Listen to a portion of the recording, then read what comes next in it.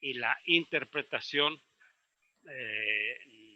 no solo de los textos jurídicos, sino también de las imágenes. Por tanto, lo que hoy nos expondrá pues será fundamentalmente eso, una hermenéutica de las imágenes, una hermenéutica, una interpretación de las imágenes y concretamente de un personaje en el que parecen sintetizarse y expresarse valores propios de su época. Además, Héctor López Bello tiene muchas publicaciones, sobre todo en hermenéutica, argumentación jurídica, arte e interpretación, pero también pues es un hombre polifacético desde el punto de vista cultural, con un amplísimo campo de intereses culturales. Decía hace un momento que de la hermenéutica jurídica pasó a la hermenéutica estética, pasó a la iconicidad, quizá deberíamos de decir, como dice Mauricio Bechota, a propósito de la analogía aplicada a las imágenes, la iconicidad, ¿no? Pues bien, el Centro de Estudios Baltasar Gracián se complace en darle la bienvenida a Héctor López Bello, nuestro invitado especial del día de hoy. Gracias. Y también les damos a todos ustedes la bienvenida. La idea del Centro de Estudios Baltasar Gracián pues es exponer temas, ya sea para la discusión, si es un workshop o un tema de lección magistral, si es una conferencia. También, desde luego, seminarios y estamos prontos a abrir una diplomatura, como dicen en Colombia y también aquí en México, una diplomatura en historia de las emociones, porque ese es el enfoque del Centro de Estudios Baltasar Gracián, el enfoque de historia de las emociones. Lo que aquí nos interesa no es narrar los hechos ni transmitirles a ustedes esa especie de desfile de datos interminables, de fechas aburridas en que se ha convertido a veces la historia. Para nosotros, en el Centro de Estudios Baltasar Gracián, la historia es siempre una historia en la que deben analizarse las emociones que producen tanto los héroes, esos personajes sobresalientes que hacen la historia, como aquellas personas que los siguen o aquellas personas que se ven afectadas por la actividad de los héroes o de los grandes líderes. Lo que nos interesa es pues la historia de las emociones. Y con en este tenor, digamos, pues estamos próximos a abrir algunos cursos. Los invito a que nos consulten en www.bgracian.com.mx. Ahí pueden ustedes encontrar nuestros próximos cursos. Para el mes de agosto tenemos, en primer lugar, una conferencia que, aunque se trata de un tema muy abogadil, pues en realidad es reflejo de una época de la historia y del surgimiento del Estado moderno en que los abogados se convierten en el personaje sustituto de los militares. Es decir, el siglo XIX es una época en que se pretende, como parte del proceso civilizatorio, sustituir a los militares por los abogados, a las armas por las letras, al combate en el campo de batalla por un combate judicial o por un combate, digamos, agónico en las diversas instancias del Estado. De eso hablaremos, desde luego va a estar bastante divertido porque es historia de una maldición. Si bien los abogados suplen a los militares, también es cierto que en ocasiones terminan con muy mal cartel por su actuación. Los abogados del siglo XIX, Psicología de su profesión, también es un curso del que hablaremos, muy interesante y sobre todo pues queda muy claro, eso pretendemos, la idea del Estado moderno, surgimiento del Estado en México, pero aplicable, por supuesto, a muchos países de América Latina. Combates por el honor, este es otro de los temas de los que nos ocuparemos este mes. Un servidor, Salvador Cárdenas Gutiérrez, y Gildardo López hará los respectivos comentarios. El duelo de honor es precisamente pues esa forma de dirimir controversias sobre un valor tan emocional, tan emotivo y a la vez tan histórico, tan reiterado como es el honor de las personas. Estampas de la conquista. Acuérdense que estamos celebrando en estos días y concretamente el 13 de agosto la conquista de México Tenochtitlán, ¿verdad? Por Hernán Cortés y por los tlaxcaltecas que se aliaron a Hernán Cortés. Esa es pues el tema que ocupará a Héctor López Bello. Los invitamos para que se inscriban. Estaremos también comentando los puntos diversos sobre la conquista, un servidor, Salvador Cárdenas y Gildardo López. Don Quijote, Derecho y Justicia. Estamos muy jurídicos este mes de agosto. Sí, normalmente aquí no nos especializamos en derecho, pero ahora estamos muy jurídicos. Don Quijote, Derecho y Justicia es el agosto 9 y 16. Hablará también Héctor López Bello. Como ven ustedes, pues es nuestro invitado más socorrido y recurrido, aparte de los que nos encargamos de organizar los cursos. Espías y traidores en la Segunda Guerra Mundial. Esto ya es para septiembre, solo para invitarlos a que estén al pendiente de nuestros cursos. Pensar como Sherlock Holmes, método de pensamiento indicial para la toma de decisiones, también próximamente en este Centro de Estudios Baltasar Gracián. Y tenemos una conferencia magistral, porque además de los 500 años de la conquista, celebramos el bicentenario de la independencia.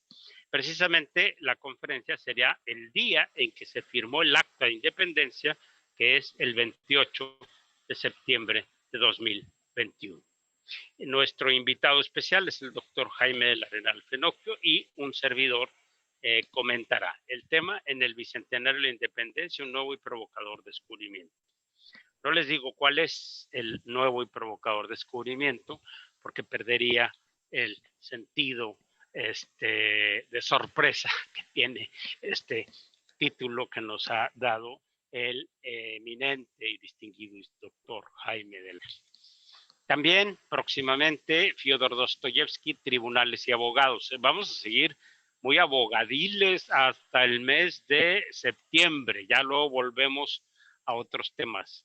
Historia cultural de la criminalística, frenología, huellos, indicios, prisiones, penas, también en septiembre. Este es otro curso que anunciaré al final y nuestra diplomatura en historia de las emociones. También en octubre están los anarquistas, historia de los abogados y el amor en la historia del derecho y de la cultura occidental, que es la primera materia de nuestra diplomatura en historia de las emociones. Este todavía no tiene fecha hasta que confirmen los profesores. Por tanto, no está anunciado, pero para que ustedes se enteren. www.begracian.com.mx. Muy bien, pues muchas gracias y los dejo a ustedes con Héctor López Bello. Para los que no sepan, la dinámica de estas workshops y en el caso de Héctor López Bello no se llaman workshops, sino se llaman tertulias culturales. Entonces, él no introduce palabras en inglés, como solemos usar algunos. Yo tampoco, yo procuro no hacerlo. Pero esta tertulia cultural tiene una dinámica, ¿verdad? El expositor es el invitado principal y eventualmente, para que no piensen que lo estamos interrumpiendo, opinamos los comentaristas que estamos aquí, un servidor, Salvador Cárdenas y Gildardo López. Muy bien, pues te voy a dejar la pantalla libre, Héctor.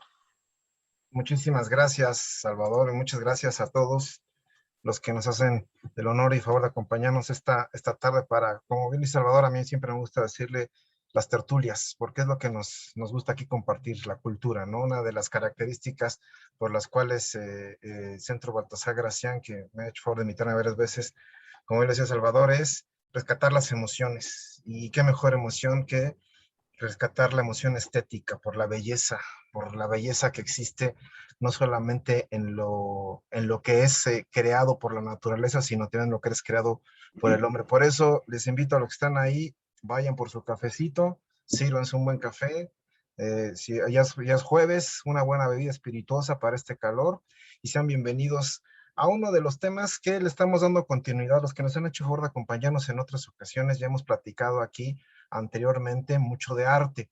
Hemos agotado muchos de los más principales pintores, sobre todo los que tienen presencia en el Museo del Prado. Ya hemos hablado en su momento de Goya, hemos hablado de Murillo, hicimos también un pequeño curso de tres días que estaremos, como diría el cantante famoso, si el público así lo pide, lo vamos a repetir, donde hicimos un recorrido amplio por el Museo del Prado. Hablamos también de las obras más representativas de Sandro Botticelli, hablamos desde luego de Miguel Ángel Buonarroti. Varios de estos videos los pueden consultar, por favor revísenlos en la plataforma de la página de Baltasar Gracián. Y uno de los que tuvo mucho auge y éxito entre los participantes fue precisamente el del Greco, que no lo terminamos de dar por el impacto que tiene este autor. Entonces, les pido los que tengan la oportunidad también de revisar aquí en la página del instituto, ahí está disponible el video de la primera tertulia que tuvimos hace unos cuantos meses, para no detenernos y no repetir algunos de los puntos que aquí ya dijimos. En esa tertulia dimos una introducción general a la obra del Greco, un poco de su biografía, sus características pictóricas, su escuela, su evolución, y llegamos hasta la parte donde entra, bueno, ya estando en España, en Toledo, donde tiene esta nueva, ¿cómo decirlo?, donde adquiere este propio carácter que lo hace universal y que lo hace trascender como uno de los pintores más importantes de la historia de la cultura. Por eso en esta ocasión, permítanme, voy a compartir en este momento la pantalla. En esta ocasión, ¿sí se está viendo ya, Gil? Si me pueden decir, porque yo no sé si aquí Se se ve está muy viendo. bien, se ve bien. Perfecto. Sí, ya se ve. Muchas gracias. Por eso, en esta ocasión, estamos analizando la segunda parte. Seguimos con este recorrido. Y bueno, pues sean bienvenidos y ojalá también los que nos hicieron favor de acompañarnos en la primera parte disfruten de esta segunda parte que, como lo dijimos aquella vez, abrimos las puertas del museo y con la sana distancia, pero no alejados con la cultura, sino quedándonos en casa y aprovechando estos medios, vamos a dar, como aquí nos lleva la guía, un breve recorrido panorámico por algunas de las obras de El Greco. Estamos abriendo nuevamente la sala número 17 del Museo del Prado, donde estamos analizando algunas obras. Y por eso, como decía Salvador, mi idea, yo se los decía, yo no soy historiador del arte, ni soy pintor, yo soy un diletante de la cultura. Me gusta mucho el arte, me gusta mucho la cultura, soy experto en temas de interpretación y de hermenéutica, y uno de los temas donde la interpretación, la teoría de la interpretación va precisamente la interpretación estética. Les adelanto que también en fechas posteriores vamos a dar también un mini seminario sobre conceptos y teoría de la interpretación, claves para interpretar textos, para interpretar cuadros, para interpretar la música, etcétera, etcétera. Por eso lo que estamos haciendo aquí en esta pequeña tertulia, workshop, son algunas ideas e interpretaciones en torno a la obra, algunas de las obras del Greco. Hablar de la obra del Greco nos llevaría aquí meses y no acabaríamos. Por eso aquí solamente hicimos una selección que creo que esta selección que hice les va a llamar bastante la atención. Y la idea de estos cursos, la idea de estas charlas es justamente dejarlos a ustedes con la inquietud, o como decimos aquí en México, dejarlos picados, para que ustedes sigan buscando y sigan acompañándonos en otras charlas y por su cuenta sigan buscando más claves interpretativas en torno a la obra de este gran genio de la pintura. Esta es nuestra segunda charla, nuestra segunda parte. Y en esta ocasión Teniendo en cuenta, insisto, lo que ya habíamos platicado en aquella primera ocasión, ahora nos vamos a centrar en lo que yo le he denominado como las obras místicas del Greco. Digámoslo así, es la parte o la última parte de su vida, la última parte de su obra que se convierte tal vez en la más importante y la más representativa, porque es de la que tenemos más conocimiento y la que ha trascendido e ha impactado muchísimo más a pintores posteriores. Por eso vamos a ver un poquito en torno a esto y les adelanto, ¿por qué les decimos obras místicas? Porque en estas charlas lo que va a hacer el Greco es justamente tratar de, les ruego por favor si tienen por ahí algún micrófono conectado, si lo apagamos, si tienen alguna pregunta, alguna duda, en el chat pueden ponerlo, por favor, cualquier comentario, siempre es bienvenido. Aquí estamos en el museo y como en el museo vamos a guardar un poco de silencio para que vayamos recorriendo todos juntos aquí en las salas de este museo. Le decimos obras místicas porque como lo vamos a explicar en un momento, las obras que vamos a analizar y en general todas las demás obras que se desprenden de este periodo del Greco responden a esta parte mística, a esta parte reflexiva, a esta parte, digámoslo así, trascendental del Greco. Es un Greco ya maduro, un Greco ya consolidado y que ha encontrado, identificado su propio estilo. Por eso vamos a tratar de identificar algunos elementos sumamente interesantes. Y aquí yo hice una selección de algunas obras que me parece a ustedes les van a resultar sumamente interesantes y sumamente relevantes para que les demos una lectura diferente, una lectura más allá de lo que prima facie la podemos ver o de lo que se puede identificar de forma inmediata. Sobre todo me voy a ir mucho con los retablos, porque estos son tal vez los cuadros más representativos, más místicos del Greco, y que además son aquellos que han tenido más trascendencia y más impacto, como decía yo hace un momento. Déjenme presentarles, esta es una de las obras más icónicas, que estoy más que seguro que ustedes también ya la han visto y la han apreciado muchas veces, la llamada Santísima Trinidad, pintada en el año de 1579. Recordemos que muchas veces los autores no les dan ese título a las obras, sino que los títulos les son propuestos o les son dados desde las salas de exposición, desde los estudiosos, de los expositores. Y este es el caso de esta obra, y lo vamos a ver más adelante de varias obras del Greco, que el Greco no las denominó así, sino que los estudiosos y comentaristas de este pintor les han colocado este nombre. Por ejemplo, en el catálogo del Museo del Prado aparece como la Santísima Trinidad. ¿Por qué? Pues porque vemos aquí, como podemos apreciar, vamos a hacer incluso un zoom, podemos apreciar aquí, está justamente las tres personas de la Santísima Trinidad, ¿no? Dios Padre, Dios Espíritu Santo, sosteniendo aquí a Dios Hijo, acompañado de una serie de ángeles que están, como se puede ver, pues en el cielo, subidos sobre una nube. Sin embargo, si nosotros atendemos a la iconografía cristiana y a la historia de la iconografía cristiana, la Santísima Trinidad no ha sido representada en general bajo esta iconografía. Lo que estamos viendo aquí más bien es lo que en la iconografía cristiana se le conoce como la deposición de Cristo, o también llamada en otros lugares como una piedad. La deposición es cuando se coloca el cuerpo de Cristo muerto en el sepulcro, inmediatamente después de que ha fallecido, o también la otra iconografía, la piedad, cuando el cuerpo de Cristo yacente es sostenido por su madre, en este caso por su padre. Por eso, tal vez, siguiendo esta interpretación, el verdadero nombre que se le debería dar a esta obra sería La Deposición de Cristo, y les vamos a contar por qué. ¿Se acuerdan que en la charla anterior habíamos platicado la gran influencia que tuvo el Greco en su primer periodo, donde, digámoslo así, comprendió todas las técnicas pictóricas cuando estuvo estudiando en Italia, concretamente bajo la escuela veneciana, donde aprendió toda la técnica del color, toda la técnica de la perspectiva, toda la técnica del trazo libre, y sobre todo donde tuvo influencia de los grandes maestros del Renacimiento. Y como lo explicamos en el módulo anterior, justamente fue Miguel Ángel Buonarroti una de las principales inspiraciones del Greco. Y en esta obra es donde se nota claramente todavía esos vestigios de la escuela veneciana, de la influencia italiana y sobre todo de la influencia de la escuela de Buonarroti, de Miguel Ángel. Les pido que se queden con la imagen que están viendo en este momento y la comparemos con las que vamos a ver más adelante, donde el Greco ya se desprende mucho de esa influencia italiana y encuentra su propio estilo. ¿Por qué digo que aquí se ve claramente la influencia italiana? No solamente por el uso del color, y por el uso también iconográfico del cuadro que se está presentando, sino porque aquí estamos viendo una clara analogía. Lo que está haciendo el Greco es pintar escultura, tal cual lo hacía el Renacimiento. Aquí vemos un Greco muy renacentista.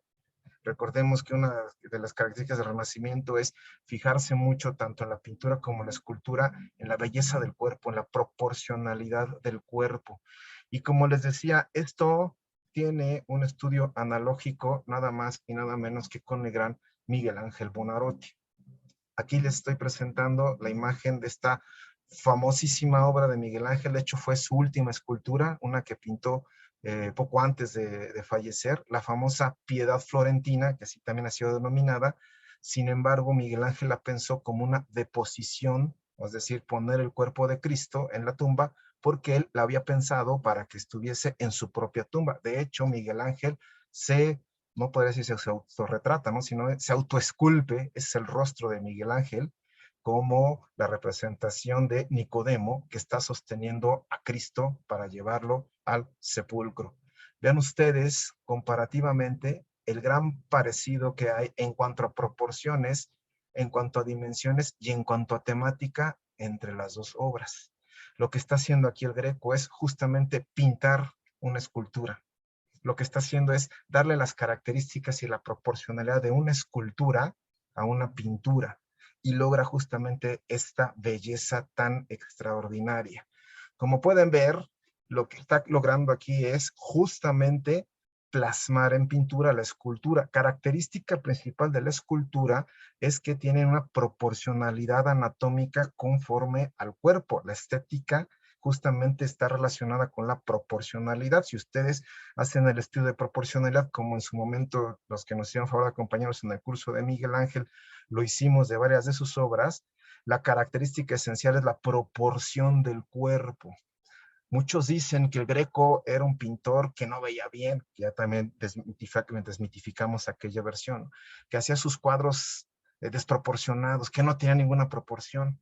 Pues justamente este cuadro nos sirve para identificar que como el Greco pintaba en muchas ocasiones como si fuese una escultura con toda la proporcionalidad anatómica exacta, podemos identificar que en este cuadro se siguen todas las pautas y los cánones de proporcionalidad tal cual como si fuese una escultura. Vean aquí justamente cuando se hacen las líneas y trazos de proporcionalidad, más adelante para no detenernos en el cursito que vamos a platicar sobre apreciación estética, vamos a explicar cómo se hacen y qué representan estos cuadros de proporcionalidad, pero como pueden ver, aquí la proporcionalidad justamente es proporcionar estética armónicamente en un cuadro todos los elementos. Justamente está colocado en forma precisa, en forma centrada el cuerpo de Cristo, como lo pueden ver. Si se dan cuenta, en cada uno de los cuadros, en cada uno de los elementos, hay presencia de un elemento propio. No queda ninguno sin estar ocupado. Como se dan cuenta, no está, como se dice, el cuerpo alargado o el cuerpo falta de proporcionalidad, todo lo contrario. Sigue justamente un canon de proporcionalidad, para que vean, aquí está aritméticamente bien llevado, está centrado, como debe estar la proporción anatómica del cuerpo. Tan es así, se fijaba y se centraba tanto en esto, que observen en este, como dicen en el medio artístico, este close-up que estamos haciendo de la misma obra. Observen ustedes cómo esta proporcionalidad, el Greco la logra representar justamente bajo esta influencia pictórica que tiene de la escuela italiana. Es muy cauto, muy preciso para dar una serie de detalles que realmente parece que estamos viendo una escultura. Observen ustedes cómo los trazos que está realizando es para resaltar justamente todas las proporciones anatómicas del cuerpo, en este caso, el cuerpo yacente de Jesucristo, tal cual lo podríamos apreciar como si se estuviera, decíamos hace un momento, haciendo un análisis de una escultura. La proporcionalidad anatómica cumple justamente esas características escultóricas trasladadas a la pintura. Por eso decíamos, esto no es una Santísima Trinidad. Esto, iconográficamente, lo podemos también denominar como una piedad. Aquí estamos viendo la famosísima obra de Miguel Ángel, La Piedad, bajo esta vista cenital, desde arriba, donde está su madre sosteniéndolo, y observen ustedes cómo existe una verdadera analogía, casi idéntica entre una y otra obra. Aquí se nota claramente la influencia. Ojo, no estoy diciendo ni estoy sosteniendo que el Greco se inspiró directamente en esto, no, no. Pero como todo buen autor y todo gran autor, siempre reconoce y tiene influencias de otros grandes autores. Y lo decíamos, lo explicamos en el módulo anterior. La pintura del Greco tiene grandísimas influencias italianas y sobre todo de el gran maestro del Renacimiento, Miguel Ángel Buonarroti. Observen el mismo caso de las piernas, la proporción adecuada de las piernas, justo tal cual estuviese pintando una escultura. Incluso, por eso dice esta selección, los pliegues del manto que está sosteniendo a Cristo sobre el regazo de su madre, es exactamente la misma identificación del manto que está sosteniendo a Cristo en brazos de su padre. Por eso este cuadro yo lo he identificado, lo he seleccionado como una de las obras maestras del Greco, donde podemos observar todavía esa gran influencia de la escuela italiana, en la cual el Greco va todavía tomando esas esencias para ir identificando, clarificando y sobre todo armando su propio estilo. Otro argumento que yo esbozo para decir que esto no es una trinidad, sino es una deposición del cuerpo, basta que veamos el rostro de los ángeles. Todos ellos están viendo, por ejemplo, estos dos están viendo con tristeza, con desánimo, el cuerpo muerto de Cristo, están incluso llorando, están con un rostro de preocupación. Si estuviesen aquí hablando de una Trinidad viva, pues no tendrían este rostro, sino que lo estarían alabando, lo estarían ensalzando, lo estarían glorificando. Sin embargo, aquí los propios ángeles están llorando, ¿no? Están con una desazón. Vean el rostro de Dios Padre con este desánimo, con esa tristeza de ver en sus brazos a su hijo muerto, ¿no? Y el rostro de los demás personajes también con una tristeza profunda por estar observando el cuerpo yacente, el cuerpo muerto de Cristo, ¿no? Por eso yo creo que el nombre no debería ser Santísima Trinidad, sino podríamos decirle una piedad o una deposición de Cristo, independientemente del título. Lo importante de este cuadro es ver la gran influencia que se tiene todavía en el Greco de la escuela italiana y esta transición pictórica, y donde vemos cómo la pintura, en esta maravillosa interpretación que hace el Greco, la pintura logra darle esta armonía estética y anatómica con la proporcionalidad de la escultura. Otra pintura interesante que les estoy aquí compartiendo es otro de los cuadros también muy famosos que están exhibidos. Si ustedes van a Madrid, no dejen de visitar el monasterio de El Escorial. Otra de las obras místicas. ¿Por qué digo místicas del Greco? Porque aquí está plasmando elementos trascendentales, de misterio, de trascendencia, de religiosidad, pero con un gran significado histórico y político. Como cualquier pintor de la época, el Greco era un pintor que hacía sus obras por encargo. Esta obra fue encargada justamente por Felipe II. Felipe II, hijo de Carlos V, quien hereda prácticamente todo el mundo conocido. Recordemos qué pasaba en aquella época. El cuadro se ha denominado como el sueño de Felipe II, en otros lados lo van a encontrar como la Santa Liga, también así se le ha denominado por otros estudiosos y analistas de la obra del Greco, u otros como el sueño o la visión, más bien la visión, perdón, de Felipe II, o sea, lo que Felipe II veía. En el año de 1571, tuvo lugar una de las batallas más importantes en la historia de la humanidad. Ustedes también sabrán, los que nos han acompañado, que otro de los temas aquí hemos tratado mucho, Baltasar Gracián, es la guerra, sobre todo en los meses pasados cuando hablamos mucho de la Segunda Guerra Mundial. Pero así como son tan importantes y determinantes guerras en la historia de la humanidad, como fue, por ejemplo, la Pearl Harbor, como fue Stalingrado en este siglo, como lo fue la guerra de conquista, del cual los invito para que se inscriban a este curso y del cual hablaremos profundamente, de que estamos celebrando en México 500 años. Otra de las guerras que son un parteaguas en la historia de la humanidad fue la llevada a cabo en 1571, la famosa batalla de Lepanto, donde se enfrentaron las tropas cristianas contra las tropas moras, musulmanas. En el año de 1570 hay una coalición que se da entre el Papa Pío V, entre el Duque de Venecia y entre quien era en ese momento el monarca más poderoso del mundo, Felipe II. Los tres tenían como cometido hacer, digámoslo así, una gran alianza para militarmente derrotar y expulsar definitivamente de los territorios europeos a las tropas turcas, a los moros. Insisto, por eso es una batalla de las más importantes en la historia de la humanidad, porque si estas tropas cristianas se hubiesen perdido, no sabemos cómo se hubiera escrito la historia de Europa y del mundo posteriormente. Sabemos cómo se escribió la historia porque estas batallas fueron ganadas justamente por la Santa Liga. La próxima semana vamos a dar también un curso sobre el Quijote de la Mancha y recordemos que Cervantes peleó en la batalla de Lepanto. También les invito a que nos sigan y se inscriban al curso de Don Quijote, porque ahí vamos a hablar la gran influencia que tuvo esa batalla en la obra de Cervantes. Esta es una obra mística porque justamente el encargo de Felipe II al Greco refleja la batalla de Lepanto y las consecuencias de Lepanto para el mundo occidental. Y esta es una de las obras más simbólicas, que más simbolismo tiene.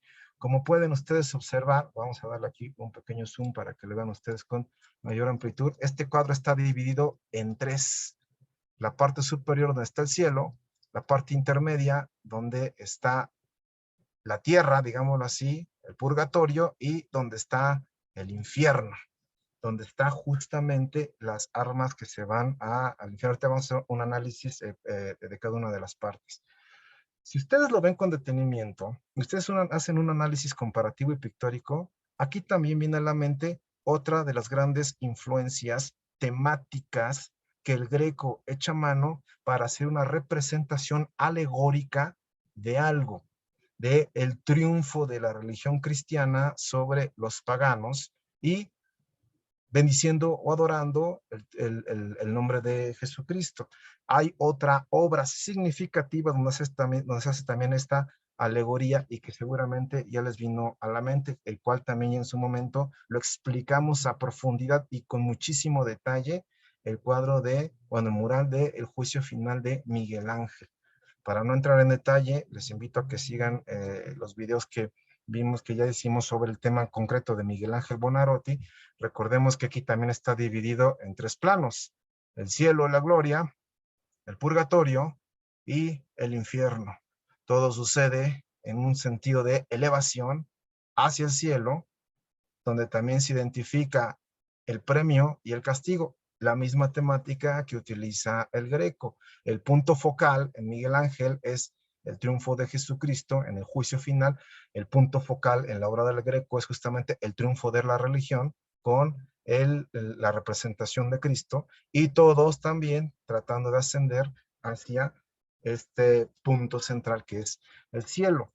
En la parte superior, esta alegoría mística que utiliza el Greco, el nombre de Jesús, Jesús en latín, como una traducción del griego Jesús, el nombre de Jesús, porque fue justamente la Santa Liga que en el nombre de Jesús, en el nombre de la religión, vencieron, como esta famosa alegoría, ustedes recordarán, de la batalla de Magencio, en la cual Constantino en el siglo IV, dice la leyenda, que estaba perdiendo, y lo que se vio en el cielo fue una gran cruz, y que lo que esa cruz le dijo o escuchó en su interior Constantino: con este signo vencerás.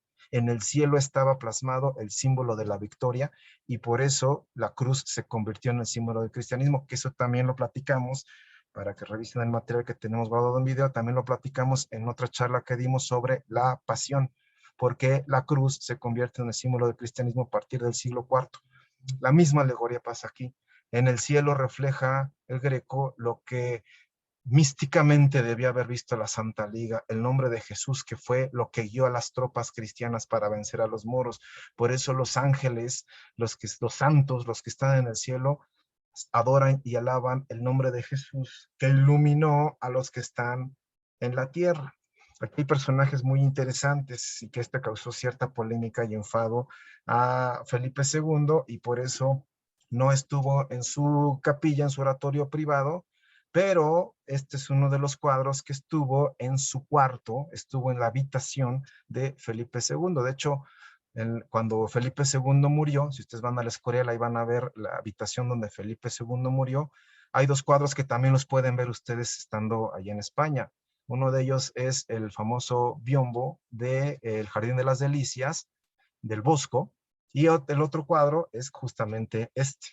Aquí vemos a Felipe II de rodillas, inclinado. ¿Y por qué se enoja Felipe II con este cuadro? Porque como pueden ver, Felipe II es el único personaje que no está viendo hacia el cielo, sino que lo que hace aquí el Greco es pintarlo como con cierto dejo de enfado, como con cierto dejo de indiscreción, mirando a este otro personaje, a quien lo pone como un fornido soldado romano, como un comandante romano, porque fue quien comandó las tropas en Lepanto, nada más y nada menos que el hermano natural, el hermano, digámoslo así, bastardo de Felipe, don Juan de Austria. Él fue hijo natural de su padre, el rey Carlos V, quien podríamos decir es casi casi el personaje central porque es el que pone con mayor fortaleza. Aquí está el Papa Pío V y aquí está el Duque de Milán. Los tres hicieron la Santa Liga comandados por justamente don Juan de Austria. Aquí se puede notar todos los soldados que no son simplemente los que intervinieron armadamente, sino todos los que pertenecen al cristianismo europeo, quienes batallando desde su trinchera, desde su espacio, también pueden ser partícipes de la gloria y del triunfo, y aquellos que no pertenecen a esta liga, empezando por los moros, son arrojados al infierno, ¿no?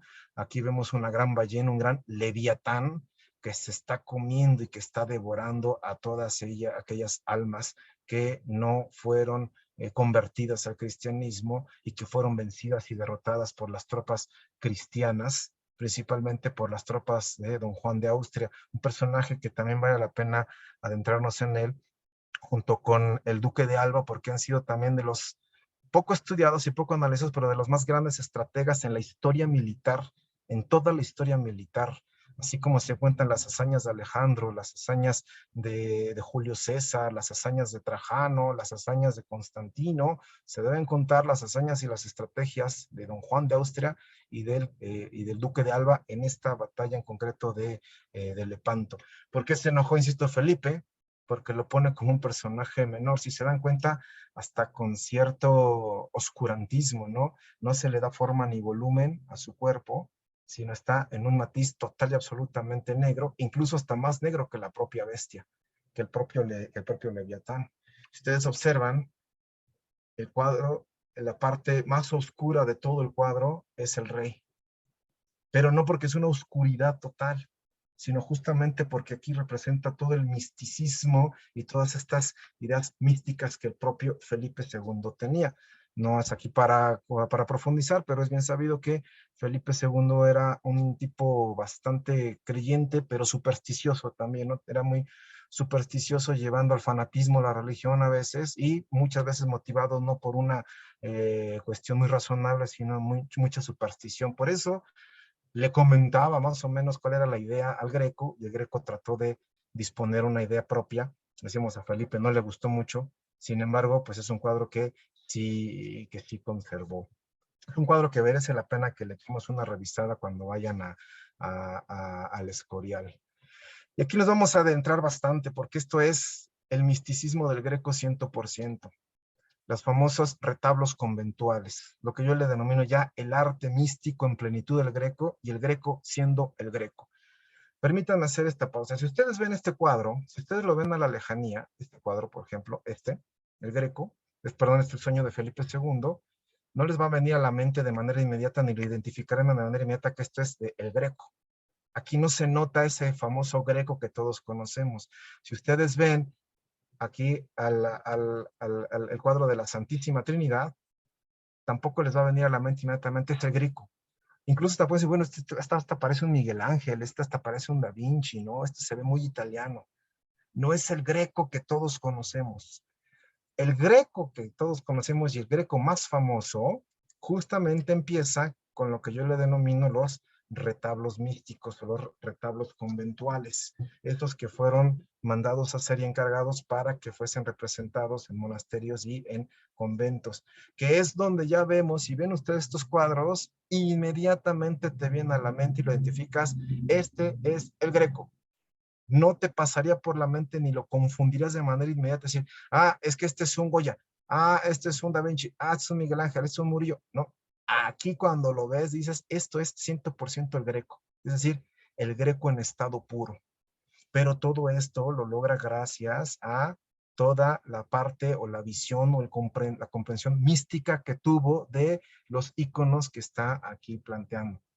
Aquí no, por cuestiones de tiempo, a mí que me encantaría más que contarles todos los retablos, por lo menos los que se pueden ver en el Museo del Prado, como me encantaría contarles todos, pero aquí nada más vamos a detenernos en los más importantes.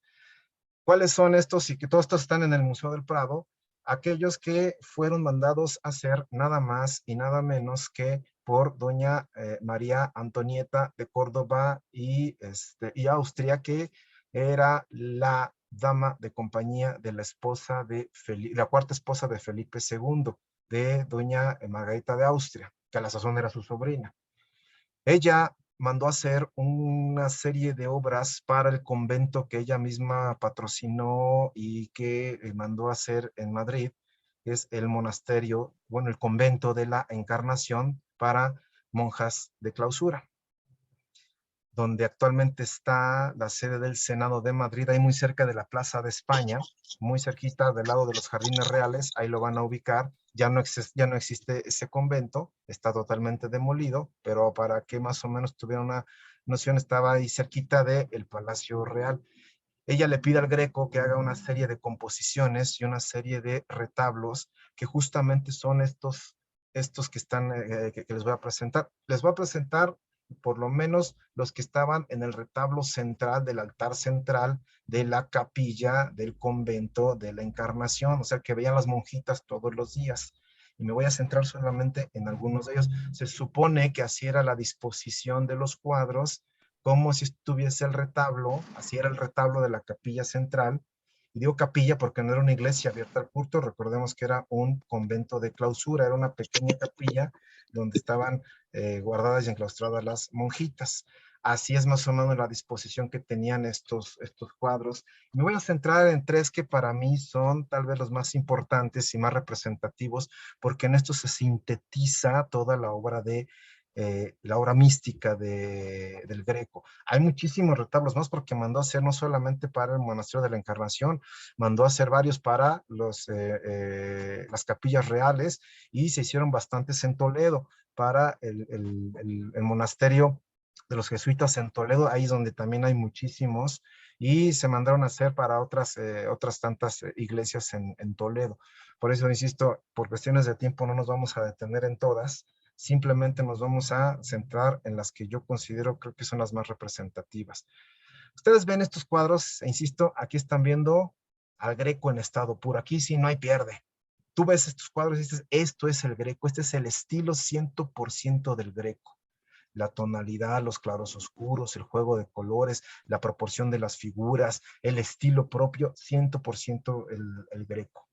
Y justamente gracias a estas concepciones místicas o estas concepciones trascendentales, no necesariamente religiosas, el Greco no está documentado que haya sido un pintor 100% tan religioso, místico o al grado del fanatismo como lo llegó a ser, que lo explicamos en su momento, Miguel Ángel, que él sí era casi una seta, un monjo, hasta fanático de la religión. Greco no está documentado, pero lo que sí está documentado es que Greco tuvo acceso y conocimiento a varios elementos místicos que lo influyeron mucho en la ideación, en la concepción y creación de su obra. Justamente ahorita vamos a hablar de ellos, pero nos vamos a centrar en tres. Vamos a centrarnos, ahí, ¿qué está pasando aquí? Aquí se ven unas imágenes. Bueno, la anunciación, la crucifixión y la adoración. ¿Por qué? Porque estos están presentes en el retablo, ¿no? Creo que alguien por ahí compartió la pantalla, entonces está rayando aquí, entonces le pido por favor si lo puede borrar. Voy a dejar de compartir para que se quite esto. Nuevamente lo voy a compartir. Ya. Vamos a centrarnos entonces en estos tres cuadros. Y les digo, aquí viene la parte interesante. Si lo quieren ver así, el cotilleo, el chisme, pero más que chisme y cotilleo, pues siempre es interesante ver que eso es la tarea de la interpretación, el autor, la fuente del autor y de dónde vienen las ideas del autor. No crean que esto, pues en una tarde de café, bueno, no me imagino que no tomaba café, una tarde de café, un buen vino, se sentó, ay, pues voy a pintar una anunciación, pues una crucifixión, ¿no? Pues así ha de ser esto, ¿no? Como buenos pintores que son, les tomaban horas y horas de estudio, de análisis, de bocetos y más bocetos para lograr el cuadro final. Pero esas horas de estudio y ese trabajo de boceteo implicaba muchísimo, muchísimo conocimiento, no solo de técnicas pictóricas, sino sobre todo conocimiento de religión, porque estaban finalmente pintando cuadros religiosos, iconografía religiosa, iconografía cristiana. Por eso es muy importante identificar cómo obtiene muchas de las ideas que son plasmadas en estos cuadros el Greco. Y aquí viene un personaje muy interesante que seguramente pocos hemos escuchado hablar de él, que tuvo una influencia intelectual muy representativa en el planteamiento de el Greco. Estoy hablando de un monje, un famosísimo monje, un gran escritor y un místico de la época dorada del conocimiento y del humanismo español, Fray Alonso de Orozco. Fray Alonso de Orozco era un monje agustino que fue un gran humanista, un gran escritor, un gran apologista, pero sobre todo era un gran místico. Recordemos que desde un punto de vista religioso, los místicos son aquellos que logran una comprensión muy profunda y trascendental de algunas cuestiones religiosas que incluso pueden tener hasta visiones o arrebatos. Estamos hablando de la época de los grandes místicos, la época de Santa Teresa de Jesús en España, la época de San Juan de la Cruz. Y que también no goza de tanta fama, por lo menos pocas veces lo conocemos aquí en México, en España sí es un poquito más conocido, incluso recientemente canonizado, lo canonizó Juan Pablo II, ese santo, San Alonso de Orozco, por la gran cantidad de escritos de espiritualidad que tiene y escritos místicos. Un gran místico que también se dice, tampoco está realmente comprobado, forma parte de esa leyenda, pero por los escritos espirituales se desprende que también tenía arrebatos místicos, ¿no? Visiones trascendentales, visiones de la vida de Jesús. ¿Por qué es tan importante este señor? Era tan importante la figura de Alonso de Orozco en aquella época que el mismo Carlos V lo nombra como el predicador real. Es decir, cuando este señor iba a misa, cargando todos los muertos que trae en la espalda, cuando este señor iba a misa, quien predicaba y quien echaba los sermones y quien luego se sentaba con él a escucharlo y hablarle de religión, era don Alonso de Orozco. Tuvo tanto impacto don Alonso de Orozco que el propio Felipe II, ya siendo rey, después de cuando le cede el trono a su padre y su padre muere, ya siendo el rey, él no fue emperador, cosa que sí fue Carlos V, se lo lleva a Palacio Real y se convierte en el confesor nada más y nada menos que de su mujer, Margarita de Austria, y de la personaje que habíamos platicado hace un momento, María de Córdoba y Aragón, la dama de compañía, digamos así, la íntima amiga, o como dirían hoy, como se dice muy en el argot de ahora, la nenis, amiga nenis de la cuarta esposa de Felipe II. Era íntima. O sea que Fray Alonso de Orozco, pues conocía muy bien todo lo que pasaba en la Cámara Real y, por supuesto, siendo el confesor de María de Austria y ella siendo la que iba a pagar, la que iba a dar el dinero, porque María de Austria, pues no crean que en ese entonces se daban las cosas simple por caridad, ¿no? Pues tenía aspiraciones de llegar a algo más en la realeza, ¿no? Hoy se diría en este lenguaje, ella era una especie de aspiracionista de la realeza. Por eso es que trató de dotar de los mejores elementos para que el convento de la Encarnación tuviese no solamente una buena construcción, sino que tuviese a la vez las mejores obras.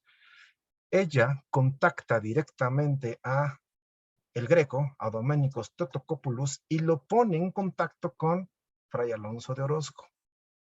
Fray Alonso de Orozco, se dice, logra fincar por este carisma místico y esta santidad que reflejaba, logra impactar tanto en la vida del Greco que logran forjar una gran amistad. No está comprobado ni está demostrado que el Greco haya sido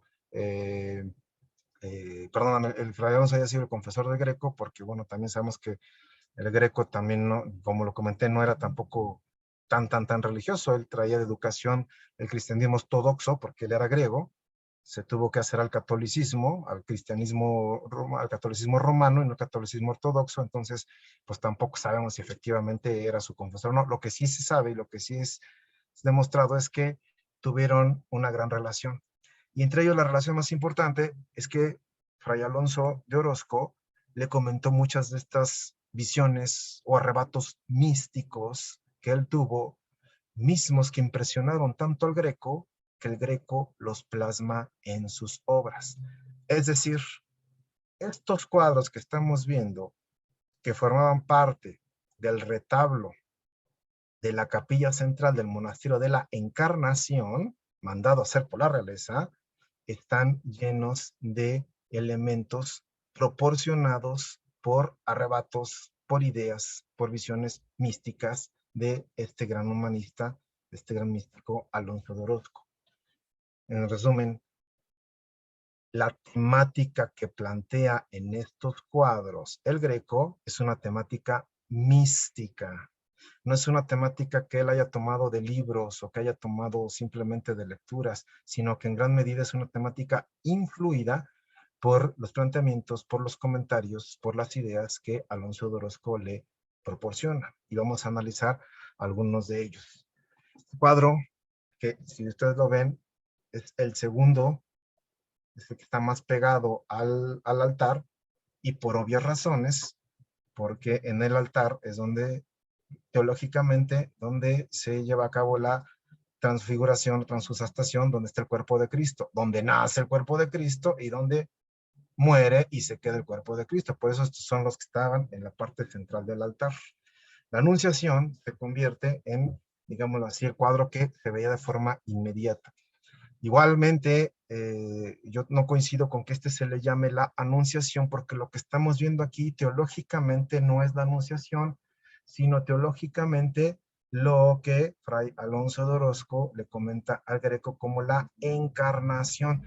Son dos momentos diferentes, históricamente hablando, teológicamente hablando. La anunciación es cuando llega el ángel y se le presenta a María, que está sentada haciendo no que sabemos qué cosa, está sentada y se le presenta el ángel, y cuando le dice,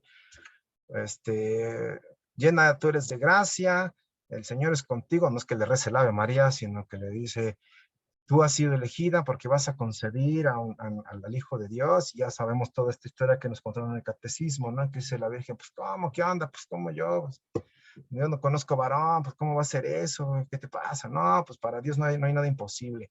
Le anuncia, le dice que va a ser madre. La encarnación es el momento inmediato posterior, cuando ya Dios, la segunda persona, Cristo, Jesús, ya está encarnada, ya está en el vientre de María.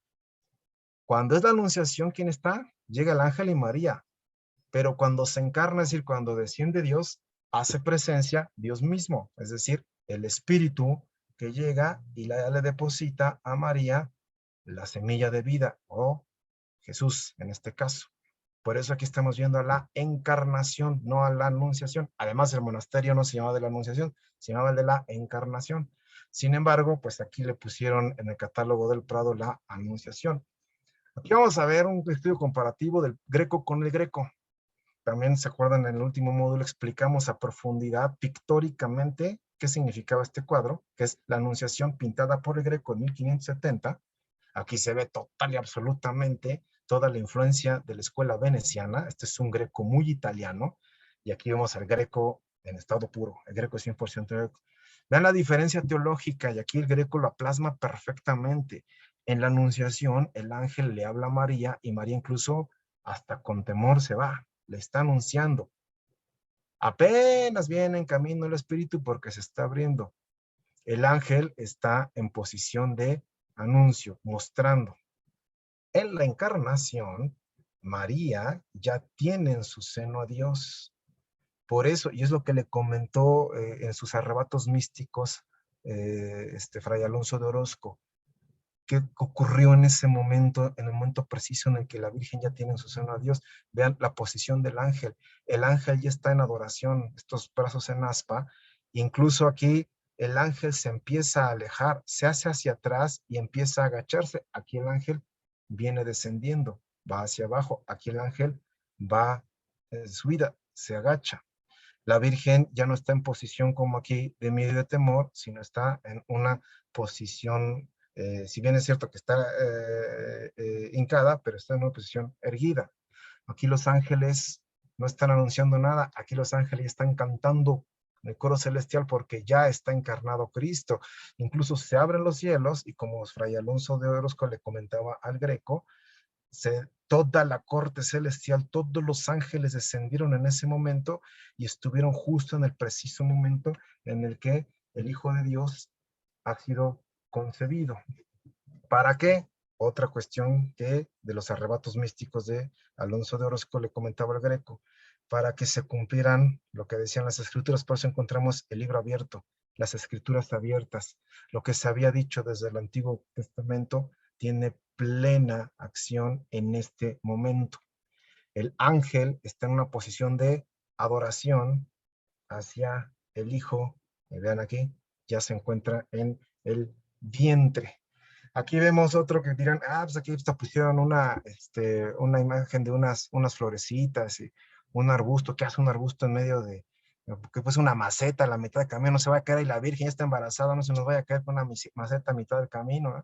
No, esto es justamente otro de los elementos de los arrebatos místicos que le transmite Alonso de Orozco a el Greco. Ustedes recordarán que en el Antiguo Testamento, cuando Dios se manifiesta por primera vez a Moisés en el libro del Éxodo, Moisés está en el desierto y encuentra una zarza ardiendo, que oye una voz que le dice: quítate las sandalias porque estás en suelo sagrado. Escucha una voz, y lo que ve Moisés es justamente una zarza ardiendo, donde se manifiesta Dios, donde está presente Dios, donde el que es, donde Yahvé, donde yo soy el que soy, está presente. Pues por eso justamente el Greco pinta la zarza ardiendo. Aquí se ven las llamas de fuego que están ardiendo y quemando la zarza. ¿Por qué? Porque ya está Dios, ya está el que es, ya está el que fue anunciado desde Moisés, ya está en este momento, ya ha sido encarnado, ya está en el seno de María. Por eso, como ya está Dios aquí, ya está el que es, todos los ángeles, el cielo abierto, bajando el Espíritu, están alabando al que es, que está en la Virgen. Y esta es una visión que justamente Fray Alonso de Orozco se la comenta al Greco, y el Greco queda impactada porque esa visión rompe, si se dan cuenta, todos los esquemas pictóricos, iconográficos típicos y clásicos con los que se han pintado todas las anunciaciones. Ustedes ven la mayoría de las anunciaciones de todos los pintores desde la época gótica, donde se empezaron a hacer las primeras, la más importante, la de Frangélico, y todos los que lo han pintado, ¿no? Miguel Ángel, Botticelli, Da Vinci, todos los que han pintado anunciaciones, es más o menos el mismo trato iconográfico. Este rompe por completo, por eso aquí ya no está la anunciación, aquí está el momento de la encarnación. Y aquí podemos ver, como lo solía hacer el Greco también, que también lo explicamos en la sesión pasada, la firma del Greco en griego, donde está su nombre, justamente en el manto, en el lienzo de la Virgen. Este cuadro, por eso es uno de los cuadros más interesantes y más significativos, porque está lleno de un simbolismo místico. Este misticismo que el Greco lo toma para sí y lo convierte en arte. O sea, plasma arrebatos y visiones místicas, las materializa y las hace arte. Hasta parece que estamos ahí metidos, ¿no? Vemos este cuadro, estamos casi escuchando el coro celestial cantando justamente que Cristo ya está encarnado. El otro cuadro que es sumamente interesante, ¿se acuerdan que decíamos son los dos más importantes del retablo principal? Me voy a regresar. Del retablo principal son los dos cuadros más importantes, que es justamente la crucifixión. También por comentarios y por ideas y por influencia de los arrebatos místicos de Alonso de Orozco, rompe con todos los cánones iconográficos de la representación de la crucifixión que habían hecho con anterioridad. Esto lo hace Greco. Esta famosa figura de la crucifixión, o como lo explicamos en su momento, también conocido como el Stabat Mater, Stabat Madre al lado de la cruz, donde está Cristo ya crucificado, muerto, su madre, el discípulo amado, se supone que es Juan, María Magdalena, y una serie de ángeles. Pero aquí lo que trata de resaltar en este momento el Greco, sí, es la iconografía, pero le da más valor al significado místico de lo que la crucifixión implica. Ustedes recordarán que cuentan los evangelios que cuando Cristo muere, entregando su cuerpo, entregando su sangre, bueno, derrama toda su sangre que es, digámoslo así, da hasta la última gota, incluso hasta dice el Evangelio, de su costado salió sangre y agua. El cuerpo y la sangre de Cristo simbolizan justamente la presencia mística de Cristo en el altar. Por eso esto es una alegoría de la Eucaristía, la alegoría que le presenta a lo que le comenta Alonso de Orozco, que el Greco toma esa idea y la plasma en este cuadro. Observen ustedes cómo es tan sagrada y es tan importante la Eucaristía que no se puede derramar una sola gota ni dejar caer una sola gota, porque cada gota de Cristo, cada fragmento de Cristo implica la presencia de Cristo. Por eso los ángeles están sosteniendo, están tomando en sus manos todas las gotas de sangre que caen de Cristo. No dejan caer ninguna al suelo. Todas son recogidas, como toda la sangre y el cuerpo completo de Cristo es recogido en el altar. Observen ustedes cómo hace justamente este juego de colores donde toda la luminosidad alrededor de la figura central que es Cristo cobran un matiz pictórico mayor y el cuerpo de Cristo prácticamente emblanquecido, languideciente, es el que tiene mayor foco de luz y del cual se desprende todo el foco de luz. Por eso, como es el elemento central, la Eucaristía, el cuerpo y la sangre es recogida por los ángeles porque es lo que nos proporcionan a nosotros justamente con la Eucaristía. Aquí vemos incluso cómo el ángel está sosteniendo en sus manos la sangre que cae de sus pies y aquí Magdalena también al final recogiendo las últimas gotas de sangre, ¿no? Aquí vemos este dolor y esta impresión que nos logra plasmar el Greco en esta obra. Baste que vean el rostro de María, un rostro total y absolutamente desvanecido, entristecido. Se ve que está gritando, que está llorando, ¿no? El rostro de una madre totalmente doliente y el rostro de un amigo, de un discípulo, pero más que discípulo, un amigo mirando hacia arriba entristecido, ¿no?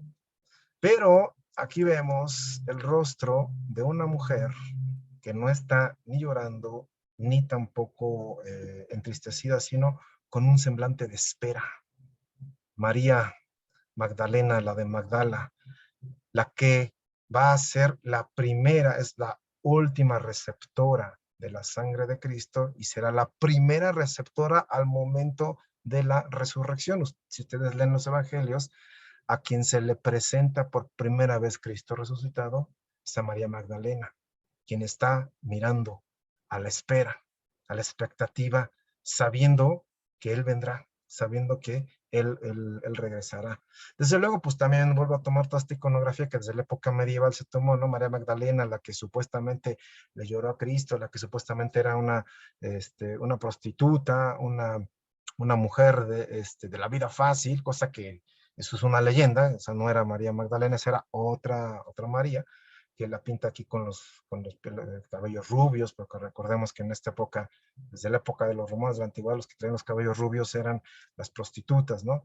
Tomando esa misma iconografía. Pero aquí lo importante no es esto, sino lo importante es el simbolismo que representa justamente la figura de María Magdalena, que está también aquí recogiendo la sangre de Cristo. Es el único de los rostros humanos que no está languideciente, porque ella es, digamos así, la primera discípula, la gran discípula, la que estuvo con él hasta el final, incluso al inicio de la vida resucitada, cosa que ni sus discípulos hicieron.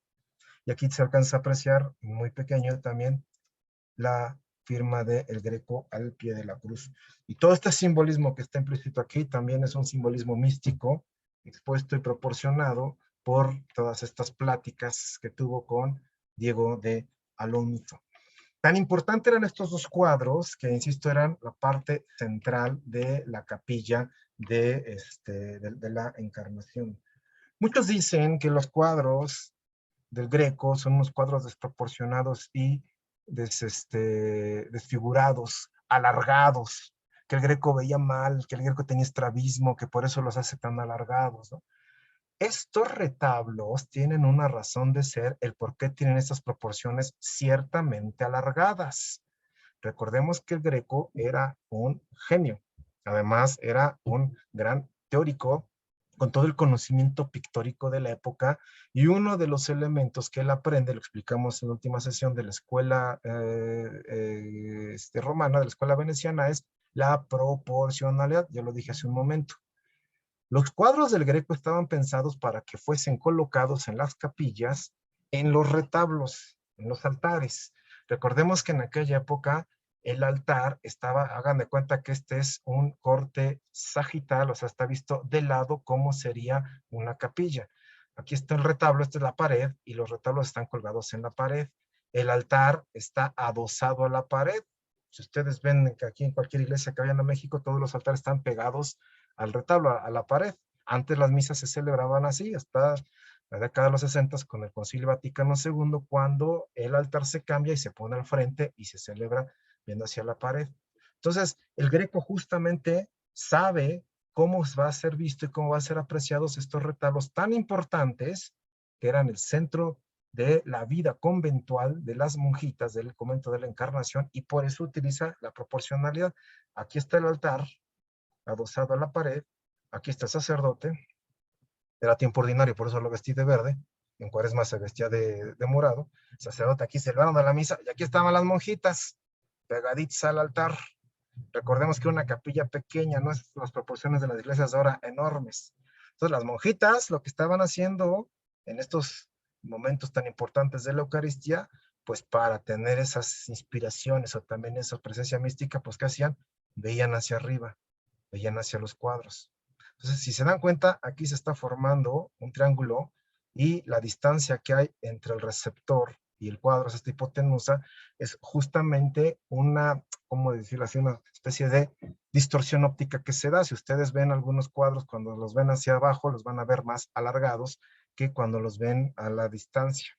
El cuadro de y para tomar la escena, porque esto mismo hizo con todos los cuadros de los retablos, el Greco.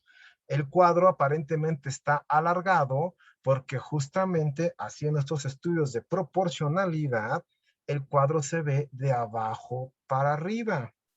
Es decir, La parte donde se tiene el primer impacto visual es la parte central y la vista se pierde en perspectiva hacia la parte de arriba. Esto proporciona un efecto óptico que lo platicamos, acuerdan los que nos hicieron favor de acompañarnos en la tertulia de Miguel Ángel. Miguel Ángel lo aplicó en el juicio final y lo aplicó en la Capilla Sixtina. Este mismo conocimiento lo hace el Greco. Si nosotros hacemos la regla de los tercios y dividimos el cuadro de forma simétrica, vemos que haciendo esta división simétrica en los tercios y jugando con esta perspectiva, lo que se ve estando abajo en esta altura es el cuadro en esta dimensión. Justamente, si se dan cuenta, sigue la regla de los tercios y aquí ya no se ve distorsionado el cuadro. De hecho, aquí no se ve distorsionado tampoco, pero aquí sería como se apreciaría ya corrigiendo este efecto, bueno, más bien utilizando este efecto óptico. Si ustedes estuviesen debajo del altar, si fueran esta monjita que está aquí en la misa, si fueran el padrecito que está aquí en la misa, verían el cuadro así. Gracias justamente al estudio de proporcionalidad que hace el Greco. Este es lo que se llama la técnica de Soto Insu. Se dice en pintura, debajo de sí, es decir, hay que verlo, atenderlo desde la parte de abajo. Por eso es que los pintores lo hacen de esta forma. Este efecto lo pueden apreciar claramente en la Capilla Sixtina, lo pueden apreciar claramente en las columnas y en la disposición de las columnas que están hechos en la Basílica de San Pedro. Miguel Ángel era un genio jugando con las perspectivas. Vean ustedes cómo se vería. Por eso no es cierto que tenía estrabismo, que veía todo chueco, y que no.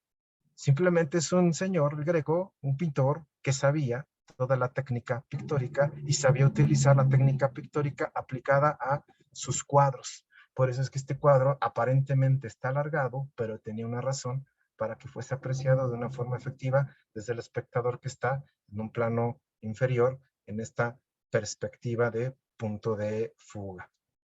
Y lo mismo pasa con este otro cuadro, pero este es otro cuadro sumamente interesante, presente también en el mismo retablo de la Encarnación. Otro cuadro que también tiene estas cuestiones o elementos místicos presentes que tampoco los van a encontrar en otra iconografía típica de la representación del nacimiento de Cristo, de la adoración de los pastores. Como se dan cuenta, aquí hace uso de su genialidad el Greco, por eso es de los más grandes en la historia. La mayoría de los cuadros encuentran puntos o focos de luz de perspectiva, generalmente en elementos externos, ya sea que el foco venga de la parte superior, de la parte lateral, y eso le va a dar colorido y luz a todos los elementos que aparecen en cualquier parte del cuadro. A diferencia de esta regla, digámoslo así, pictórica, donde el cuadro se encuentra la luz, perdón, en una ventana o en el cielo o en una rendija o en una parte lateral, si se dan cuenta que el punto de luz no viene de arriba, ni de afuera, ni de la luz, ni del sol, ni de una ventana. El punto de luz que ilumina todo el cuadro es justamente el niño Jesús, el niño Dios, de donde surge la luz. Y esto es justamente un mensaje místico, también otro de los elementos místicos que incorpora el Greco en sus obras, porque Cristo es, desde la perspectiva cristiana, Cristo es la luz, Él es la luz, ha nacido la luz, nos ha nacido este día la luz, Él es quien ilumina. Si se dan cuenta, el punto de luz, como si él fuera un foco, como si fuera una luminaria, es justamente el niño Jesús. No van a encontrar que el punto de luz viene de una ventana o viene del cielo. No, Él es quien ilumina todos los personajes, incluyendo los ángeles que están por encima y a los pastores, a María y a José, que están alrededor. Y vean quién es el segundo elemento más iluminado, quien tiene el rostro más claro y más iluminado y más diferenciado de todos, María, su madre, convirtiéndolos a ellos en el elemento central de todo el cuadro. Pues esto es una innovación pictórica maravillosa, es una genialidad del Greco, hacer que el punto de luz no venga de ningún elemento externo, digámoslo así, de ninguna cuestión, ¿cómo decirlo así?, astronómica, o sea, que venga del sol o de la luna o de un juego de iluminación que venga de una ventana o de una puerta, ¿no? La luz viene del centro. La luz viene de uno de los personajes centrales, del niño Jesús. Esto el Greco ya lo había analizado, había jugado con esta idea, lo había experimentado justamente con otros cuadros previos, ¿no? Otro cuadro también de un Greco joven, de un Greco todavía muy italiano, muy de la influencia renacentista, este famoso cuadro que está en la National Gallery de Londres, Niño soplando una brasa, donde se dan cuenta también juega con estos cuadros de luz. El punto de luz va a venir del centro y que va a iluminar hacia el exterior. Hombre, aquí lo importante no tanto es el simbolismo ni los elementos pictóricos, sino el juego de luces. Esta es la genialidad del Greco, ¿no? Romper con esos esquemas y estos estándares de pensar que la luz siempre debe ser lateral, cenital, que venga de cualquier otro de los elementos, sino que el punto de luz puede ser central, venga del centro, ¿no? Este mismo elemento lo replica en un cuadro ya posterior. Este sí lo pueden ver en el Museo del Prado. Este está catalogado con el título de Una fábula, pero es exactamente la misma temática, ¿no? Donde el punto de luz parte del centro hacia todos los laterales. Por eso, esta es una idea que el Greco ya había trabajado con anterioridad, pero aquí la refleja de forma maravillosa, ¿no? Digámoslo así, místicamente coloca el punto de la luz, no como aquí, en un elemento físico, en este caso es un abrazo, un pedazo de carbón, donde están encendiendo una vela, lo mismo aquí, que si es un elemento físico, sino aquí viene este elemento místico. El punto de luz es el pequeño Jesús, el niño, Dios hecho hombre, Dios que ha nacido, ¿no? Insistimos, vean este juego de luces que se logra y estos claros oscuros que se logra con los personajes. Incluso es tan impactante y tan irradiante la luz que aquí los pastores hasta se hacen para atrás, ¿no? Es la luz la que está provocando que, esto ya lo hemos explicado en la sesión pasada, este simbolismo que utiliza mucho el Greco, porque es muy de la iconografía ortodoxa, las manos en aspa, las manos cruzadas, que es símbolo de adoración, que lo vimos en cuadros que explicamos en el módulo anterior, en el cuadro, por ejemplo, de San Jerónimo, en el cuadro de San Andrés, lo vimos hace un momento en el cuadro de la Anunciación, donde está el ángel en posición de aspa, y aquí el pastor está también en una posición brazos en aspa en sentido de adoración, donde el punto de luz viene del centro. Incluso observen, ¿no? Los ángeles o el coro de ángeles que está cantando lo que aparece en el Evangelio de San Mateo, gloria a Dios en el cielo y en la tierra paz a los hombres, están siendo también iluminados, señalando aquí incluso hasta el niño, fíjense, tapándose con la manita. Qué genialidad del Greco, ¿eh? Tapándose con la manita, la luz que le está dando, vean, está deslumbrándole a los ojitos, y la luz justamente viene del niño Jesús, ¿no? Aquí observen hasta las pupilas dilatadas de los ángeles, de la luz que están recibiendo. Es una maravilla esto, pictóricamente hablando, artísticamente hablando, es una maravilla esta técnica que inserta el Greco, ¿no? Insisto, esta vale la pena que cuando la vean se detengan a verla, esta innovación pictórica que hace el Greco en esta obra. Todas estas obras, cuando se vayan a Madrid, no dejen de pasar y verlas y maravillarse con ellas en el Museo del Prado. No importa que lleves mascarilla y no importa que lleves tu sana distancia, todas estas cuestiones son una maravilla para que la vean. Insisto, hay muchos más retablos, pero aquí yo he tomado de los más interesantes y más importantes, donde este planteamiento místico, en función de todos los comentarios y pláticas que tuvo con este santo místico, el Greco recibió muchas más ideas.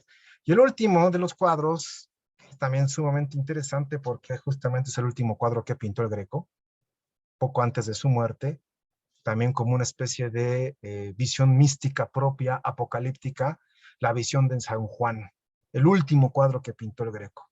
Este es de los que catálogo, no volvió a pintar nada más que este cuadro. Poco tiempo después de haberlo terminado, él muere.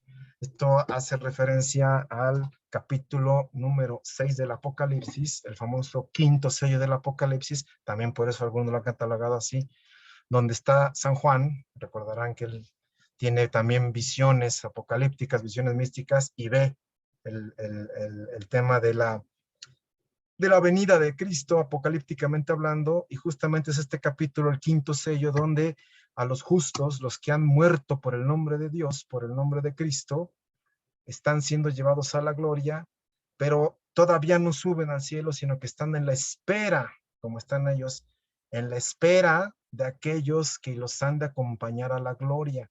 Y mientras tanto, dice el capítulo 6, en el versículo 9 del Apocalipsis, ahí revísenlo cuando puedan, del cielo les fueron dando unos mantos blancos. El blanco, bíblicamente hablando, significa pureza, significa plenitud. A los que han sido elegidos o los que murieron por el nombre de Cristo, les darán nuestros ropajes, los ropajes blancos. Pero fíjense, Juan no tiene ropaje blanco. Juan todavía no es de los elegidos. Juan todavía no es uno de los que gozarán de la gloria. Él no tiene el ropaje blanco. Por eso clama al cielo, suplicando, con estas ganas de llegar al encuentro de la salvación eterna, al encuentro de Dios. Este cuadro refleja mucho el pensamiento también del Greco, como este experimento o esta cuestión psicológica que todos experimentamos al final de nuestra vida, ¿no? El temor, el miedo, el asombro de ver si efectivamente estaremos o no entre los elegidos. En este caso era una especie como de reflejo propio del Greco, ¿no? Al final de su vida, al final de su muerte, en su apocalipsis, si él también será merecedor de la túnica blanca, de contarse entre los elegidos, ¿no? Observen esta maravilla del Greco con estos trazos, estos volúmenes que le dan un movimiento, que le dan también este misticismo, también plagado de miedo, de temor, ¿por qué no? También hasta de esperanza, de identificar en estas escenas la salvación, pero también el miedo ante la muerte. Por último, ¿qué influencia ha Oye, tenido el Greco? Héctor, Sí, Salvador. hay una pregunta aquí de Luis Vera, que es porque es precisamente de lo que estás hablando. Dice, aparte de los brazos en aspa, ¿qué Sí. significado tendrá la manera en que acomoda los dedos? Sobre todo en los caballeros, en donde el dedo medio y anular están juntos y el índice y meñique separados. Muchísimas gracias por la pregunta, estimado Luis. No sé si hizo usted favor de acompañarnos en la charla anterior donde explicamos justamente eso. Esto es heredad de todo el pensamiento o sí, la idea ortodoxa, iconográfica ortodoxa que tiene el Greco, siendo el griego, siendo ortodoxo de formación. Recordemos que una de las características de los iconos griegos es la posición de las manos. Ustedes siempre que vean los iconos griegos van a ver con cierta posición en las manos, ¿no? Por ejemplo, la mano hacia arriba abierta, ¿Tienes extendida. alguna imagen ahí? A la mano, digo. No lo tengo aquí a la mano, pero Bueno, no pasa nada. por ejemplo, este que tengo aquí, ustedes, esto ya lo había yo explicado pero la última vez, justamente esto. Por ejemplo, la mano al pecho significa penitencia, reverencia, como está aquí San Francisco. La mano abierta, viendo hacia el cielo, significa recepción. La mano abierta alzada, aquí no tengo una, por ejemplo, observen aquí siempre cómo están, mano de recepción, este es el martirio de San Mauricio. Cuando está la mano hacia arriba, significa autoridad. Cuando está la mano lateral con los dedos cerrados, significa potestad. Entonces, todos estos elementos iconográficos de la cultura ortodoxa o de la iconografía griega son también tomados por el Greco. Por eso es que él pinta mucho, juega mucho con las manos. Esto, ¿se acuerdan? Lo platicamos también con profundidad. Justamente explicamos este icono y otros elementos de las manos en la sesión pasada. No sé si con esto quede completa la respuesta. Si no, le invito a que le eche una revisada al video del módulo anterior. Después hacemos otro tema explicando, por ejemplo, un poco de iconografía bizantina, ¿no? Si el público gusta y si el público quiere, por favor, pongan aquí sus peticiones. Ahora sí que el público pide, el público manda y nosotros hacemos charlas y tertulias ad hoc para que también ustedes encuentren respuestas. Yo, como les dije, mi principal objetivo aquí es generar inquietudes para que posteriormente tengamos más tertulias y tengamos más charlas y nos echemos más cafecitos, más vinitos tertulianos con este tema, ¿no? Por último, vean cómo el Greco se convirtió en una de las influencias más importantes. Lo dijimos en el módulo anterior, el Greco fue más o menos abandonado y no es sino hasta el siglo XIX cuando cobra una importancia magistral. El Greco era un adelantado a su época. A pesar de que era un pintor manierista, se convierte en una de las influencias más importantes para toda la pintura del siglo XIX, sobre todo la pintura de tipo expresionista. Por eso hay algunos que dicen por ahí que el Greco fue el primer expresionista. Platicamos, ¿se acuerdan el módulo anterior? Por qué el Greco es medio olvidado y es encontrado y rescatado por algunos estudiosos ingleses y le dan un valor impresionante en el siglo XIX, y el Greco se convierte en uno de los pintores que más influencia tuvo en la pintura moderna a partir del siglo XIX, y muchos de sus elementos, no solamente plásticos, sino iconográficos, son tomados por otros autores. Aquí les voy a presentar muy brevemente, porque esto daría lugar para otra larga tertulia, la influencia del Greco en el arte moderno. Aquí más o menos presentar algunos elementos. Observen la imagen del cuadro que acabamos de platicar de la visión de San Juan. Justamente es más o menos la misma temática, la cual toma Francisco de Goya y Lucientes en esta época, el Goya posterior, ya lo hablamos también, les invito a que busquen también aquí nuestro archivo de videos cuando explicamos esta pintura, el 3 de mayo o las matanzas de la batalla del Príncipe Pío, donde pues el punto central es justamente el español, el madrileño que está siendo fusilado por las tropas francesas, con esta angustia, con esta preocupación, con esta tristeza, con este desánimo en el rostro, y sus compañeros, más o menos la misma temática. No estoy diciendo que se lo fusiló y lo tomó tal cual, ¿no? Pero bueno, bien es cierto que Goya, siendo pintor de la corte, pues tuvo acceso también a varias de las obras de Greco y seguramente encontró inspiración. Pero tal vez lo que más influencia tuvo el Greco fue su estilo pictórico, el jugar con el pincel suelto, este juego de luces, el que se llama el trazo suelto, no el trazo muy al Renacimiento, que era detallista, que era muy preciso, que era muy punto por punto, ¿no? Sino pintores totalmente sueltos. Esa es la característica del expresionismo, expresar el arte con soltura, tomar el pincel con distancia, como lo hacía el Greco. Por eso tal vez la característica más importante, la influencia más importante, el Greco la tuvo en pintores expresionistas. Aquí nada más una selección muy breve de algunos cuadros impresionistas. En otro módulo platicaremos un poquito más del impresionismo. Cuadros que a ustedes les van a resultar famosos, elocuentes, y que estos mismos autores han reconocido que una de sus influencias más directas fue justamente la obra de El Greco. Este famosísimo y maravilloso obra de Edvard Munch, El Grito. Pueden ver en la galería de Oslo. O este otro de Oskar Kokoschka, La diosa del aire o la novia del viento. Parece que un Greco. El pincel suelto, el matices y el juego de colores entre los colores y las tonalidades frías, jugando justamente con las solturas de las pinturas.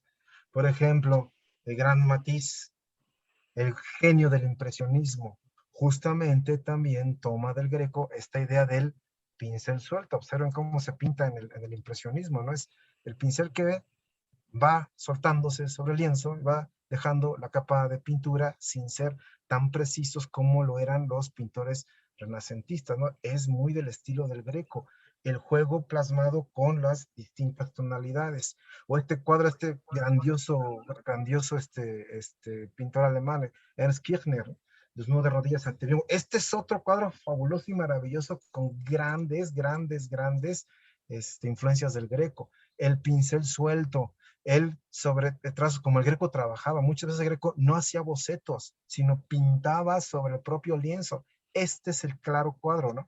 Todavía Matisse, todavía otros impresionistas hacían el boceto en el lienzo y sobre él. La característica de Kirchner es que es pincel suelto. Bajo este cuadro no hay boceto, sino es a pincel suelto, como el Greco hubiese pintado. Y ni se diga, por ejemplo, este famosísimo cuadro, uno de mis pintores favoritos, Modigliani, retrato de Paul Alexandre, que este está en el vestíbulo de Naciones Unidas. Pues aquí se ve más que claro la influencia de este famoso cuadro, que en su momento le explicamos, del Greco, el caballero con la mano en el pecho. Vean ustedes, Oye, insisto. Héctor, Sí, sí, sí. Sí, no, Salvador. nada más como estás diciendo, has venido diciendo de los anteriores clases y lo acabas acabas de mencionar. Preguntan aquí si los videos a los que te refieres se pueden, ¿cómo se puede acceder a ellos? La respuesta es en la página www.bgracian.com.mx. Ahí están recogidos las Ujú, dos, porque esta es la tercera, ujú. dos sesiones anteriores sobre el Greco. Así es. Y Nada más, también en nuestro canal de YouTube, perdón, En el canal de también. YouTube también. en Ujú. el canal de YouTube, Centro de Estudios Baltasar Gracián en YouTube. Y también ahí están lo de los otros pintores que hemos aquí hablado. Así es. También, también ahí En está. en la página de www.bgracian.com.mx Ujú. pueden encontrar los dos cursos y aparte algunos comentarios que hemos recibido y que le dan de algún modo mayor dinámica a la expresión.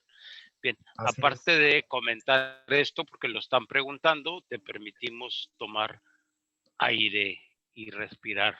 Ah, no, no, muchas gracias. No, no, no, yo aquí fascinado Cuando echando uno la ya lleva tertulia, ¿no? mucho tiempo hablando, es bueno que alguien intervenga y lo permita respirar. Sí. Muy bien. No, no, muchas gracias.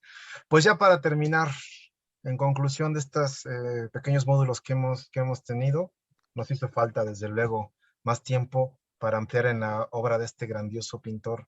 Sin embargo, yo lo que les he querido presentar aquí son algunas pinceladas, nunca mejor dicho, pinceladas de este gran pintor para que ustedes también, por su cuenta, se queden con la inquietud y desde luego, como ya lo dijo aquí Salvador, la invitación para que revisen el material que aquí ya hemos expuesto del Greco, de Murillo, de Botticelli, de Miguel Ángel, de Goya, de varios otros pintores que hemos tenido y los que vendrán. Y si están interesados y gustan que armemos más tertulias de estas y cursos ya más en concreto y más amplios, por favor también envíen sus comentarios a la página de Baltasar Gracián. Ahí también hay un espacio para que ustedes comenten y soliciten más temas como estos, que será siempre un gusto compartirlos, ¿no? Pero bueno, la gran conclusión de esto es importante y fundamental tener estas herramientas de apreciación artística. Un cuadro no se ve lo mismo si lo vemos simplemente a la distancia que cuando contamos con otras herramientas interpretativas que nos hacen profundizar más en la esencia, no solamente de la pintura, sino del autor, del contexto y del contexto con el que como lectores del cuadro estamos siendo, porque justamente eso nos permite, por eso hizo este collage, ser parte de todo este matiz o este collage del Greco. Aquí yo creo que añadiría el rostro de cada uno de nosotros, porque el cuadro no se hace si no está el espectador. Y el Greco es de estos pintores que juega mucho con el espectador y que le gusta mucho el espectador, ¿no? Como también en su momento lo hablamos de Diego Velázquez, el otro gran hermeneuta del arte. Por eso este tema, insisto, es uno de los pintores que más influencia ha tenido en la pintura moderna. Yo espero que estas pequeñas pinceladas que aquí les hemos expuesto hayan sido de su interés, de su análisis, para que posteriormente continuemos, los emplazo de una vez, la tertulia y sigamos hablando sobre estos temas y desde luego haciéndole la invitación para que nos acompañen a los demás cursos que damos, no solamente, y más charlas, no solamente de pintura, sino otros temas de la cultura humanista, como la historia y la literatura, ¿no? Para que veamos cómo todo está unido, ¿no? El arte y la apreciación estética y la dimensión estética que debemos tener, hay que entenderla bajo todas las dimensiones y por eso todos nuestros cursos, si ven, todos van unidos, todas nuestras charlas, por eso vinculamos pintura con historia, con arte, y den una revisada al material que está en la página de internet, ahí van a encontrar más temas y hacerles la invitación para que nos sigan acompañando a los a los demás, a los demás temas. Pues hasta aquí la charla. No sé si hay alguna otra duda, algún otro comentario de nuestros amigos del público. Yo quiero hacer algún comentario. Sí, adelante. Por favor, Primero que nada, pues agradecerle, ¿no? Porque en la forma que usted explica, definitivamente lo hace con mucha pasión. Gracias. O sea, es algo que se percibe, ¿no? Y finalmente, lo que usted acaba de exponer, o sea, el que elige ser artista, está eligiendo una consagración, no nada más es una carrera de algunos años, ¿no? Entonces, definitivamente el Greco era un consagrado pues, de las artes del conocimiento, e incluso pues del conocimiento de la materia, porque para él poder innovar con esas pinceladas era porque el material se lo permitía, ¿no? Por eso, o sea, los expresionistas obviamente siempre, ¿no? O sea, lo miraron hacia él, esa yuxtaposición de tonos, ¿no? Y bueno, yo me voy muy contenta, sobre todo eso, ¿no? Agradeciéndole. Ahora, pues, con este mundo virtual, ahora sí nos podemos permitir, ¿no? Conectarnos. Entonces, una vez más, muchísimas gracias y pues espero podernos volver a ver.